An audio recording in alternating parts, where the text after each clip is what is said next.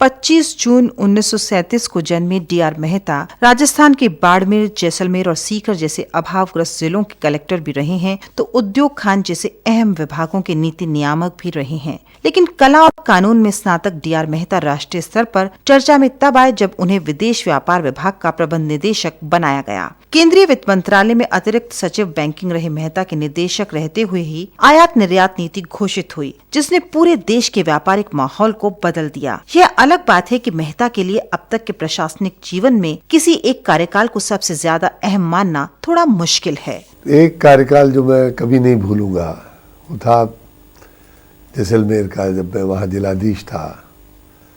वहाँ इस शताब्दी का सबसे भयंकर अकाल था। रातों रात मुझे वहाँ भेजा गया। 4 महीने वहाँ रहा मैं देख सकता था कुछ लोग सामने मर रहे हैं, तो उनके लिए राहत की व्यवस्था, पशु मर रहे हैं उनकी व्यवस्था, पानी पिलाने की व्यवस्था, दवाई की व्यवस्था। उस वक्त जितना मुझे संतोष जीवन में मिला शायद कभी नहीं मिला।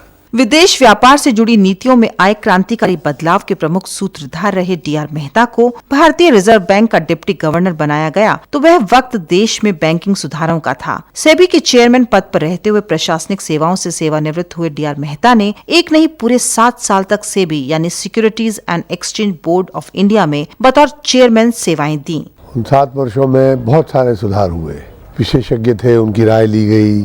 राष्ट्रीय स्तर के विशेषज्ञ, अंतर्राष्ट्रीय ख्याति के विशेषज्ञ, सबसे राय लेकर नीति बनाई गई, नई नीतियां आई। कई अहम पदों पर रहे डी.आर. मेहता के खाते में कई उपलब्धियां दर्ज हैं। उपलब्धियों से परे इस शख्स की खासियत यह है कि वे अपनी पारिवारिक पृष्ठभूमि को भूलना नहीं चाहते। 65 वर्षीय मेहता को इस बात की संतुष्टि है कि हर पद पर उन्होंने अपने काम को निष्ठा के साथ अंजाम दिया है। लेकिन ये संतुष्टि सुकून के सामने तब फीकी पड़ जाती है जब डी.आर. मेहता विकलांगों के लिए समर्पित भगवान महावीर विकलांग समिति के मुख्य संरक्षक की भूमिका में नजर आते हैं। जिस व्यक्ति में करुणा है वो मानव सेवा भी करेगा और पशु सेवा भी करेगा।